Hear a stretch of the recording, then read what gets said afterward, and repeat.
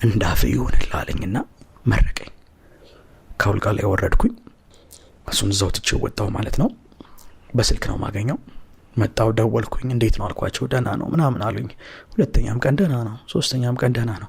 አረ እንደውንም እዛ ስላለው ስላንተ እያወራን ነው ባይገርም ምናምን አሉ። አረ ያወራ ጀመር። አዎ ያወራ ጀመር።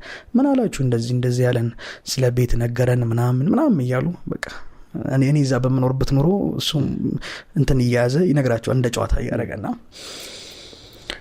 አምስተኛው ቀን አካባቢ ይመስለኛል ስደውል እናቴ ደክሟል በጣም አለችኝ። ምን ነው ስላት አይናገርም፣ እግሮቹ እጆቹ አይንቀሳቀሱም፣ አይበላም፣ ውሃ በጥጥ እያደረጉ ነው አፉ ላይ ጠብ የሚያደርጉለት፣ በደረቱ አስተኝተውታል። እህት ስትገባ እህትን ሲያይ ያለቅሳል እና እህትን ጎረቤት ነው የምናሳድራት። ጎረቤት ነው ታናሽት የምታድረው የምትኖረው። እሷን ባየ ቁጥር እንባ ይፈሰዋል፣ ግን መናገር አይችልም። ውሃ ጠብ ነው የሚደረግለት። ከዚህ በታች እንዳለ ሰውነቱ አይሰራም። በቃ ትንፋሹ ጫፍ ላይ ነው ያለችውና እንደዛ ሲሉኝ ፊል አረኩኝ። ግን አሁንም እግዚአብሔር እንደሚያድነው ተስፋ አልቆረጥኩም ነበር። እኔ ያነሳኝ ከጎዳና እግዚአብሔር እንደሆነ አምን ነበርና እስቲ ቆይ እያልኩኝ አንድ ቀን ተኝቼ በስድስተኛው በሰባተኛው ቀን በነጋታው አካባቢ ለሊት 11 ሰዓት ላይ ስልክ ተደወለልኝ። አንዲት ሰላም የምትባለች ደወለችና ሜሎ ዳኙ አለችኝ። አቤት አልኳት። አባት አርፏል አለች። ያኔ ተስፋ ቆረጥኩኝ። ያኔ ፍርሃት የሚባል ነገር በጠቅላላ አብሮኝ ትቶኝ ሄደ። በቃ አንድ በዚህች ምድር ላይ ፈራው የነበረው ነገር ምንድን ነበረ? አባቴን ማጣት ነበረ። አንዳንዴ ልክ ሊወጣል ሲል ወደ ውጭ ታለቅሳለህ። አሁን ይህን ታሪክ ሳስታውሰው እንባ ከዓይኔ ሊፈስ ይችላል። ያኔ እንባ ከዓይኔ ውስጥ ሊወጣ አልቻለም። እንዴት ብዬ እንደማዝን ራሱ ግራ ገባኝ። ወደ ውስጥ ብቻ እንባ ይፈሳል። እናቴ ደግሞ ለዚህ ለመንፈሳዊ አባቴ ነግራው መንፈሳዊ አባቴ መጣ ሊያረዳኝ። 12 ሰዓት ላይ ግቢውን በር አንኳኳ። ስከፍታ አጠገቤ ቁጭ አለ። ገባ ግቢ ውስጥ። እኔ የምልህ ዳኒ ሲል እቅፍ አደረኩትና አለቀስኩኝ። ያኔም ባካይኔ ወጣ። ሰምተሃል እንዴ አለኝ። አዎ አልኩት።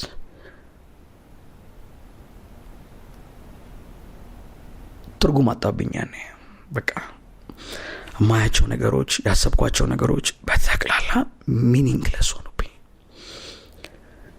አለቀስኩኝ። እንደዚህ ቸርች አካባቢ የምናውቃቸው ልጆች ተጠሩ እንዲያጽናኑኝ ወደ ቤት መጡ።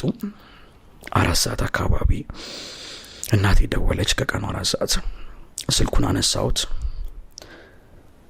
እንግዲህ በኢትዮጵያ ባህል አንድ ሰው ሲሞት ወዳጅ ዘመዶቹ እስከሚመጡ ይጠበቃል ይቀበር። ባል፣ ሚስት፣ ወንድም፣ እህት፣ ልጅ ይጠበቃል ለቀብር ይመስለኛል አይደል? እናቴ ደወለችልኝ። ስልኩን አነሳሁት። አቤትም አልኳት።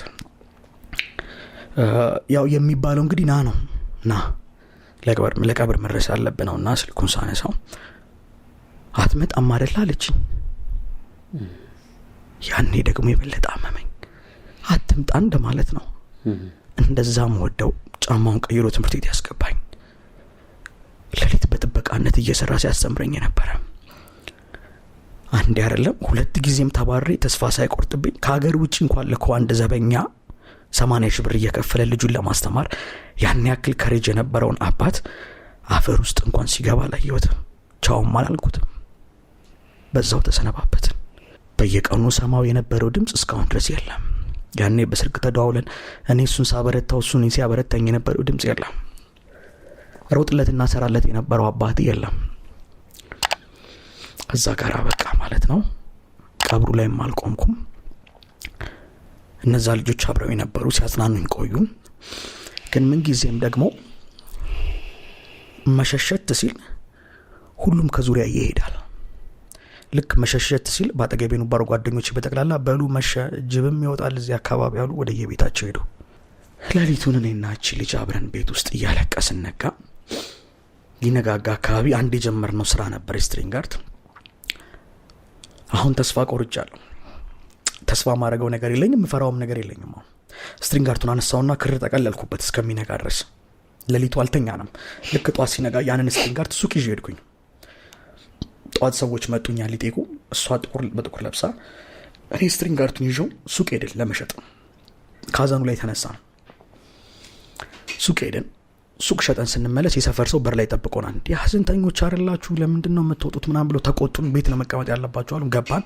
ቀኑን አሁንም እያጽናኑ አሉ። ልክ እነሱ ሄዱኝ። አሁን ማታም ስራችንን ቀጠልን። ከበፊቱ እንደሆነም ፍጥነታችንን የበለጠ ጨመር ነው። ለምንድን ይሄ ነው የእግዚአብሔር ማጽናናት። ሰው ሲያጽናና ነው የሚለው። እግዚአብሔር ሲያጽናና ኃይልን ነው የሚጨምርልህ፣ ብርታትን ነው የሚሰጥ። ትክክለኛው ማጽናናት ይሄ ነው። ቀን እነሱ ሲመጡ አብረን እናዝናለን። ሌሊቱን ግን ክሩን እየሰራን ሚስማር እየቀጠቀጠን ነው የምናድረው። ሌሊት ነው እየቀጠቀጠን የምናድረው። ጎረቤት እየተነሳ እንደሆነ ምንድን ነው ይለናል። አይ ምንም ስራ እየሰራን ነው እንላለን። ሻማ አብርተን እየቀጠቀጥን እሷ ክር እያለበሰች እናራለን። ጠዋት እናስረክባለን። እንደዛ እያለን 3 ቀን 4 ቀን አለፈ። ሀዘን የሚደርሰውም ሰው ቀረ። ኮሮና ነው፣ ትምህርት የለም እንዳልኩ። አባ ያለኝ ነገር ትዝ አለኝ፣ ልጆችን ብታስጠና የሚለው ነገር። እኔማ ልጆችን ማስጠናት አለብኝ አልኩኝ። ከዚህ በኋላ ከየት መጀመር ፈለግኩኝ? ከላይ ቴሌቪዥን ላይ ወጥቶ ከመታየት። ኮሮና ነው፣ ትምህርት በቲቪ ነው። ቴሌቪዥን ላይ ሄጄ አስጠናለሁ አልኩኝ። እንደ ቢዝነስ ፕላን የምትሆን ነገር ጻፍኩኝ በወረቀት ላይ ይዤ። ከስክስ ጫማ ነው የለበስኩት። አባቴ ትቶልኝ ሄደው። አንድ ሱሪ ያለች ሸሚዜን ጠቅጥቄ የቤት ጣቢያ መጣሁ። አለችኝ ልጅ ታወጣችና እዚህ እናንተ ጋር ፕሮግራም ለማቅረብ ነበር። ምን አይነት ፕሮግራም? ተማሪዎችን ለማስተማር። ማስተማር ትችላለህ? በጣም ጎበዝ፣ በርታ። እና እንዴት ነው ማስተማር የፈለግከው? የአየር ሰዓት ገዝተህ ነው አለችኝ። የምን የአየር ሰዓት ነው የምገዛው አልኳት። አይ እንዴት ነው ታዲያ? አይ እናንተ የአየር ሰዓት ስጡኝና ላስጠና። ምን ማለት ነው? እኔ በቃ እንደዚሁ ሰጥተውኝ አስተምር ቢሉ ነው የመሰለኝ። ኧረ በል እንደዚህ የለም አለችኝ። የለም ተመለስኩኝና ቴሌቪዥን ጣቢያ በጠቅላላ ሄድኩኝ። ኢትዮጵያ ቲቪ ላይ አልቀረኝም። ኧረ ተው። ዞርኩኝ ሁሉም ጋር። ፋናንሽ ምንሽ እየርኩኝ መጠቅ ጀመርኩኝ። ፕሮፖዛል ይዘህ ወረቀት ይዣለሁ። ትምህርት በቴሌቪዥን እየተላለፈ ነው። አልተመረኩም፣ ዲግሪ የለኝም፣ ግን ማስተማር እችላለሁ። ፍቃዱልኝና ላስተምር፣ ተማሪው በሚገባ መልኩ። ተስፋ ያለው ነገር መስሎኝ ነበር። ተስፋ የለውም። ወደ ቤት ተመለስኩኝ። ሰፈር ውስጥ ኦሮሞኛ ተናጋሪዎች ናቸው ልጆቹ። 1-3 ልጆች አሉ። እነሱን ጠራውና ቤታችን ውስጥ ጣሳ አስቀመጥኩኝና ያቺ ትንሽ ዋይት ቦርድ ላይ ቻይነኛ ማስተማር ጀመርኩ። እነሱን በነጻ ወረድኩኝ ወደ ታች። በቃ እኔ ከላይ ለመጀመር ነበር ግን አልሆነልኝም። ታች ወረድኩኝ። ለምን ቻይነኛ? ምን ላስተምራቸው? ሌላ ህፃናት ናቸው። ቻይነኛ ግን ያው አዲስ ስለሆነ ሰፈሩ ላይ መረር የሰው ይላል። 3 ልጆች ናቸው። በነጻ ጣሳው ላይ ተቀመጡ። ደብተር ከቤት ይዘው ይመጣሉ። ኢኢአርአር ሰን ሳን ስስ እያልኩኝ ቻይነኛ ፊደል ቁጥር ማስቆጠር ጀመርኩኝ። እነሱን እንግሊዝኛ ማስተምራቸው ጀመረ። ከዛ እነሱን እያስተማርኩኝ ደግሞ ቤተክርስቲያን አካባቢ አንድ ማቀው ልጅ ነበር፣ የ8ኛ ክፍል ተማሪ። እና እሱን እንዴት ነው የሚያስጠናት ሰው አትፈልግም አልኩት። ፈልጋለሁ በነጻ አልኩት። ኧረ በቃ ኧረ 1-2 ጓደኞችም አሉኝ አለ። በቃ 3ታችሁ ዳስጠናችሁ አልኩት። ኧረ አዎ እሺ አለኝ። እዛ ቸርች ውስጥ የነበረውን መንፈሳዊ አባቴን አማከርኩት ትንሽ ክላስ እንዲሰጠኝ እንዳስጠናበት በቀን ለ1 ሰዓት ምናምን ማለት ነው። ግን ዋይት ቦርድ መግዣ የለኝም፣ ትልቅ ዋይት ቦርድ ያስፈልጋል። ከዛ ባለቤቴ ሰው ቤት ነው የምትሰራው እንዳልኩክ። ሰርታ ደሞዝ ተቀብላ ስትመጣ መንገድ ላይ ተገናኘን። እማ አልኳት። ባለቤቴ ማለት እንግዲህ ከጎዳና ያነሳችን ጋር ባለትዳር ቆይተናል። ዋይት ቦርድ ልገዛ ነበር አልኳት። እና ላስተምር? እንዲህ በጣም አሪፍ ነው አለችኝ። በጣም ጥሩ። ስንት ነው የሚከፍል አንድ ተማሪ አለችኝ። በነጻ አልኳት። ህርክ እኔ የሰው ልብስ አጥቤ ያመጣሁትን ገንዘብ አንተ ዋይት ቦርድ ገዝተህ በነጻ ልትጫወትበት? አልሰጥም እያለች። እባክሽን ስጭኝ። አልሰጥም። ስንት ብር ነው የምትፈልገው? 600 ብር። እጇ ላይ የሚቀራ 700 ብር አይሞላም። በቃ እና ግድ የለሽም እንዳው ስጭኝ እንጂ ከዚህ በኋላ ይህንን ህይወት አንደግመውም። በቃ ትተነው ነው የምንወጣው። ይህን ህይወት እንዲቀየር አትፈልግም? ፈልጋለሁ። በቃ ከፈለግሽኝ። አይሰጥም። የሰው አጥርጋ ቆመን ተጨቃጨቅላለሁ እና መጨረሻ ላይ አለቀሰችላ። ግድ የለሽም እሺ ብያት፣ ያው ተወደኝ ስለነበር ብቻ እሺ ብላ ሰጠችኝ 700 ብር። 700 ብር እንጂ ሄድኩኝ። እሷ ወደ ቤት ባዶ እጇን ገባች። አንተ እንጨት ለመግዛት ሄድኩኝ። ዋይት ቦርድ ቦርዱን ገዛው። ቦርዱን ይዤ ተሸክሜ ያመጣው እዛ የሰጠኝ ቤተክርስቲያን ውስጥ መንፈሳዊ አባት የፈቀደልኝ ክላስ ውስጥ አስቀመጥኩኝ። ፓርከር ገዝቻለሁ፣ 2 ፓርከር። ነገ እንዲመጡ ደወልኩ ለልጆቹ። 3 ልጆች በንጋታው መጡ። አስተማርኳቸው ፊዚክስ። ወደዱት። ብለው ጀምሮ ብለው ጨረሱ። 2ኛ ቀንም መጡ፣ 3ኛ ቀንም መጡ በነጻ። ኮሮና ነው ትምህርት ተዘግቷል አልኩ እያልኩኝ እየወደዱት መጡ። እና ኢቭን ኢፍ አንዳንዴ ሲቀሩ አለቅሳለሁ። ይቀራሉ አንዳንዴ ልክ ሲቀሩ ወደ ውስጥ ነው ሰፈር ውስጥ ነው ከሰፈር ውስጥ ፓልት ድረስ ወጣለሁ ቤታቸው ድረስ መጣለሁ ማለት ይችላል በቃ የታሉ አይመጡም እንዴ ብዬ በቃ ማስተምርበትን መንገድ ያወዱትም ማለት ነው እኔ አስተማሪ መሆን አልችልም ማለት ነው በቃ ምንድነው መሆን የምችለው እያለቀስኩ ይመጣሉ ተመልሼ ስመጣ አገኛቸዋለሁ የት ነበራችሁ አይ የሚኒስትሪ ፎርም እኮ ኑና ሙሉ ተብለን ነው ትምህርት ሊከፈት ነው ሲሉኝ እንደ አዲስ ደስ ይለኛል ሲቀሩም ባምባ ነው የሚለኝ በነፃ ነው ማስተምራቸው ፓርከር እንዲሁ ከሱ ከመንፈሳዊ አባቴ ላይ ገንዘብ እየተቀበልኩ ምናምን ነው የምገዛው ከሩቅ ነው የምመጣው ከገጠር ነው የምመጣው እንግዲህ ከስክሱ ጫማዬ ተጣሟል ተረከሱ መለብሰው ጫማ በ6 ወር ነው ባይዘው ጫማው ይጣመመው ከስክስ ግሬ ፖሊስ ጫማ ብረት ጫማ ነው በ6 ወር ተጣሟል ኪን ነበር የመጣው ገዝተህ አባቴ ነው ሰጥቶኝ ሄደው አባቴ ከመሄዱ በፊት እሱ ይዞት መጥቶ ነበርና ይሄ ይሆናል ለክረምት ብሎ አስቀምጦልኝ ነው እኔ ተመላለስክበት ነው አዎ በእግር ነው መላለሰው ልጆቹ ግን ትምህርቱን ወደውታል ኢንስፓየርድ ሆነዋል በጣም ገብቷቸዋል 8ኛ ክፍል ተማሪ ናቸው ከዛ ትምህርት ተከፈተ ወደ ግቢ ወደ ክላስ ግቡ ተባሉ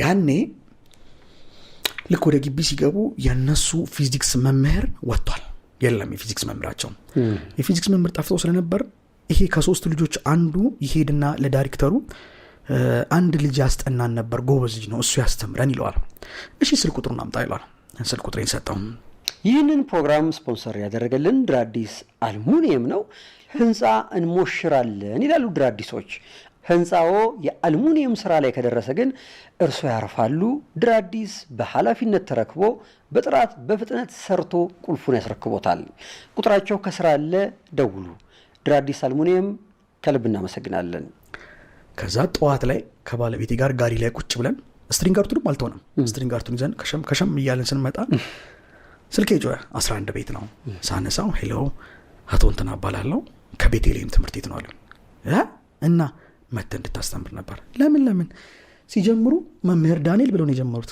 ጋሪ ላይ ዘለልኩኝ no one call me like that የመጀመሪያዬ ነው አልተመረኩም ዲግሪ የለኝም እስከ 12 ነው የተማርኩት ዩኒቨርሲቲ ስባረር ነው የጨረስኩት አስተማሪ ልሆን ነው አልኩኝ ልቀጠር ነው መተል ታስተምር ትችላለህ ሲሉኝ ኮራ አልኩኝ ነገ ነው የምመጣው ዛሬ አይመቸኝም አልኩኝ አንተ ጋሪ ላይ ነህ